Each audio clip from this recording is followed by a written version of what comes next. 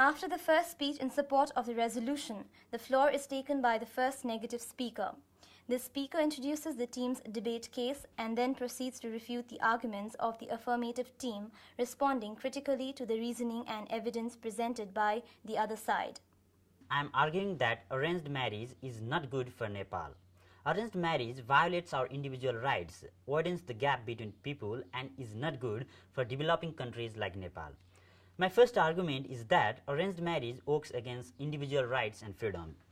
As suggested by the term, an arranged marriage is typically arranged by someone other than the persons getting married. So, there is no space for individuals to make their own decisions. My second argument is that arranged marriage promotes social polarity and gender inequality. Arranged marriage preserves the caste and class systems. It only promotes relation between families of the same class and same caste. This ultimately leads to social polarities between peoples of different caste, class, and community. In an arranged marriage, the woman is looked down upon and treated as a commodity. When she is given away, the bride is literally donated to the groom's family. On the other hand, a woman's position is enhanced in self-arranged marriage. She has an equal rights to make decisions that affect her. My third argument is that self-arranged marriage allows time for a meaningful courtship and real evaluation of potential partners. An arranged marriage is an irreversible process. If you marry a person and realize later that he or she is not the right person for you, you are trapped in a loveless marriage. Now, I would like to respond to the affirmative's argument. In response to their first argument about social responsibility, I would ask, how can we expect to fulfill our social responsibilities if we completely discard our own interest and happiness? Sure, the family and other social institutions are important, but the bedrock of all these social groups is the individual. Their second argument is that arranged marriage works better and lasts longer. My response is that in many of the cultures that promote arranged marriage, there is a massive stigma about divorce. So many people don't get a divorce even if they are miserable or maltreated. My response to their third argument about cultural preservation is to question what type of culture they want to preserve. Do they want to defend a culture that treats women as a commodity, that widens the social gap between people and prevents social development by segregating people according to race, religion, caste, and class? I would also add that many countries where arranged marriage is not practiced have managed to preserve their indigenous culture. You don't have to have an arranged marriage to respect your family. Don't just respect your family, respect your instincts, yourself, and your partner. Don't let others rule over you. You have your own brain to decide what's right for you. After the first two speeches, the first speakers have a chance to directly question each other about their arguments. Questions can clarify points and challenge the other side's arguments. Some questions can lead a person to admit inconsistencies, inadequate evidence, or flawed arguments. The crossfire lasts 3 minutes.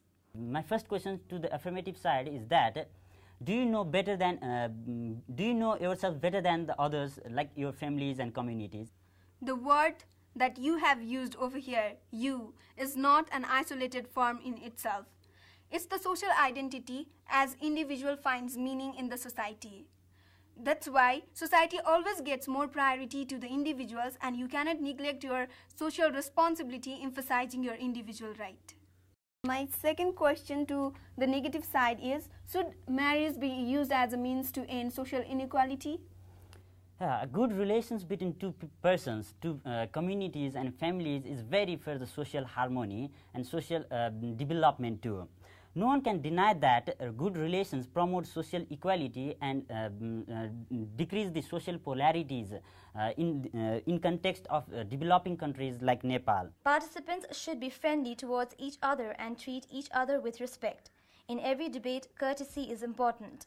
Cross-examination was the challenging one because our negative or the opponent's team used to put the so much harsh questions that we used to feel that there is no any perfect answer for it, but we had to give answer for that. So we used to give answer in a very diplomatic way. That's why I think it's a very interesting as well as a very difficult part of the debate. It is now time for the second speakers to take the floor in the debate and present their rebuttal speeches. Their role is to respond critically to the arguments presented by their opponents and to extend arguments presented by their teammates. When doing so, they can use some notes made before the debate combined with some spontaneous responses to their opponent's points. Each speech lasts 4 minutes. Now I would like to report the arguments that has been put forwarded by the negative speaker. In their first point, the negative side focused on the individual freedom and rights. It seems that they want to create an individual identity apart from a society. A person not in a family, community, and a social group misses many important things in life. Remember the happiest moment in your life. Were you alone or with others? In a love marriages, people often find that they are not in love 2 or 3 years into a marriages. Marriage is not only about spending time together before getting married. It also about the understanding and respecting each other. Arranged marriage lasts because partners have higher goals than only their immediate attraction to another person. People seek perfect husband and perfect wives, but perfect partners are just a myth. We should not expect any two people to be 100% compatible. So we have to accept each other's weakness and failings. Marriage succeeds because of the mutual understanding, acceptance, love, and respect that is best found in the arranged marriage. I'm the second speaker for the negative. I'd like to reaffirm that self-arranged marriages are better since they are based on the choice of an individual, not the desires of a group. In an arranged marriage, parents choose a future daughter-in-law or a son-in-law for themselves, who they think would be able to fit the stereotype they have in their mind for the perfect daughter-in-law or a son-in-law for them. An individual should not marry just to please their parents. Self-arranged marriages helps to not only bring social changes in the society, it also helps preserve the cultural heritage of the country too by preserving many traditions and helping them to understand each other. The first affirmative argument was about social responsibility. They argued that the group, not the individual, was the most important. We believe that an individual knows himself best. We agree that an individual is part of the society, but that does not mean that the society or the family should be able to always force the decisions on the individual. An individual knows what's right and wrong and can decide who they want to marry. The third affirmative argument is that arranged marriages preserves our culture because it involves people from the same caste marrying each other.